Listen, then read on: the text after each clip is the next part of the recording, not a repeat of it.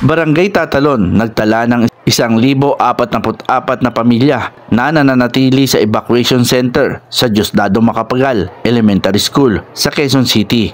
Ang higit 5,500 individual na lubog sa baha ang tirahan dahil sa dulot ng hangin habagat.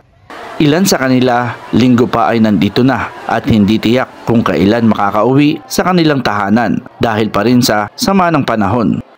Nakausap natin ang ilan sa kanila na sanay na sa tuwing may malakas na pag-ulan kahit walang bagyo ay hindi na sila nag-aantay na i-rescue para paalisin o pa-evacuate. Sila ay kundi nagkukusa na. Kahit mga gambewang, ulukosan kami.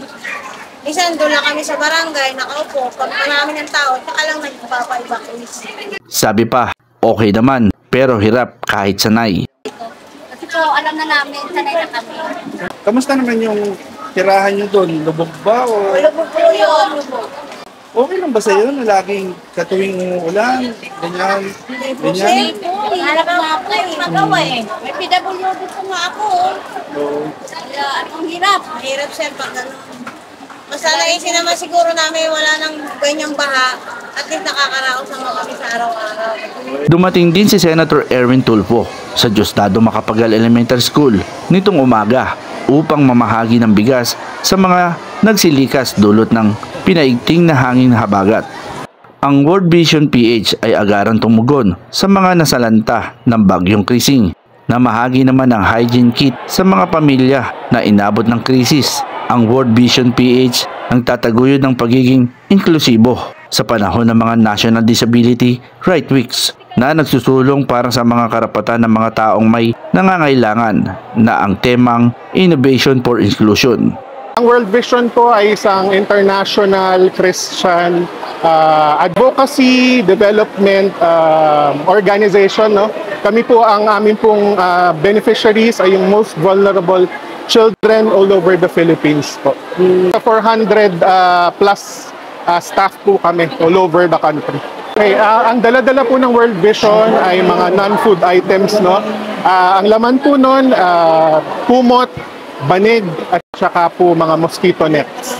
Dito po particularly sa Metro Manila, simultaneous po namin pinamimigay ito dito po sa Quezon City, sa Malabon, at saka po sa Manila areas. So target po namin dito, particularly sa Tatalon, makapagpamigay po ng 1,350 non-food item packs.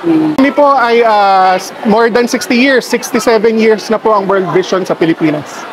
Nagpasalamat naman ang naabutan ng hygiene kit ng World Vision PH. Sinabi na malaking bagay anya ang ibinigay sa kanila dahil halos lubog sa baha ang kanilang gamit. Nung isang araw po, hindi po kami. Pero kahapon umuwi kami naglinis. Since 1982 pa po kami dito. Madalas bang nangyari itong baha? Oo, talagang nasanay na lang kami. Sanay na kayo? Meron bang panawagan para sa tuwing bagyo maiwasan naman yung ganitong pagkano? Sana po sila gawin na nila kung anong tamang gawin para hindi na bumubuhos ang tubig.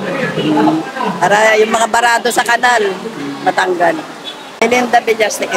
Ano po yung hawak ni Ma'am? Galing daw po ito sa World Vision. Nagpapasalamat po kami at nabigyan kami ng tulong sa ganitong Ako po ay nagpapasalamat sa World Vision po sa binigay po nila. Ito po ay malaking tulong po sa amin sa ganitong sitwasyon po. Nalulungkot po. Kaso po wala naman kaming magawa na makahanap ng mas magandang tirahan kasi hindi naman po sapat yung kinikita namin. At awa ng Diyos po, okay naman po. Yun lang po kasi ano ngayon, tagbagyo, yung sipon, tsaka ubo, ganun po. Buboy Patriarca, nag-uulat.